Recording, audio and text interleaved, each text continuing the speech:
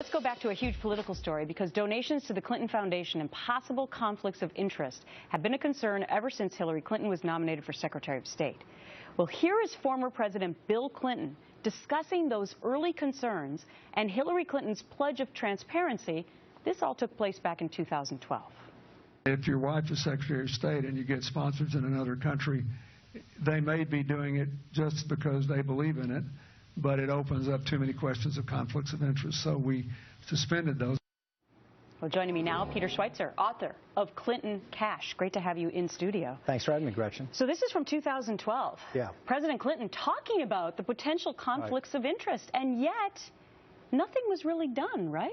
That's right. I mean, this is something that was raised the moment that President Obama, or President-elect Obama, nominated her for Secretary of State. And President Obama himself had concerns, so they came up with this memorandum of understanding, which required full transparency and a number of other steps. A lot of people felt that this wasn't strict enough, but at least it offered transparency. What we've learned since then, of course, Gretchen, is that we've got more than 1,100 contributions that were never disclosed, and also a report now that a major donor to the Clinton Foundation, Amar Singh from India, a member of Parliament, who's listed as giving between $1 and $5 million, says he doesn't have that kind of money. It wasn't his money. It was somebody else's money. So even those that are disclosed, we don't necessarily where it came from. Well, now you also have this report about the Clinton Health Access Initiative.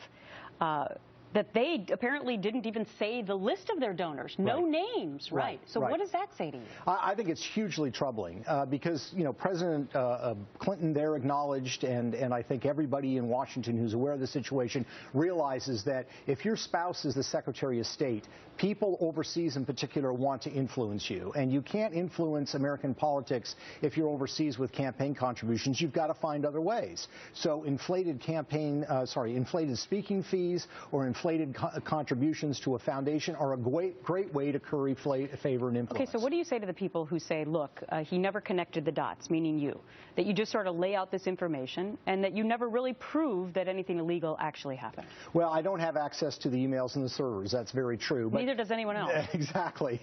But there's a pattern here that I think is very troubling, and I liken it to insider trading on the stock market. People get convicted all the time because they had access to inside information, and there's a pattern of very well-timed trades that made them a lot of money. There's never any smoking gun per se, but that's a standard that is ridiculous. You should look at the conduct, and I think this deserves further investigation. So other people said that when you wrote this book, well, you're a conservative, so of course you're going to, you're going to attack and be a hack against the Clintons. Are you still writing the book about Jeb Bush? Yes, we're doing a report on Jeb Bush. We're already partnered with media outlets. We've been doing it for 4 months.